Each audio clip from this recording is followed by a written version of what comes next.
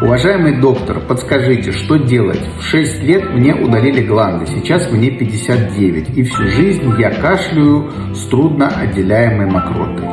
Я должен сказать, что далеко не всегда удаленные миндалины провоцируют кашель с трудно отделяемой мокротой. Пожалуйста, проверьте ваше трахеобронхиальное дерево, ваши легкие, трахею, бронхи. Проверьте у лор-врача заднюю стенку глотки, проверьте гортаноглотку. Помимо всего прочего, можно сделать электронтомограмму около носовых пазух. И тогда у вас будет стопроцентная полная картина, будет понятно, откуда берется густая вязкая слизь. Поправляйтесь.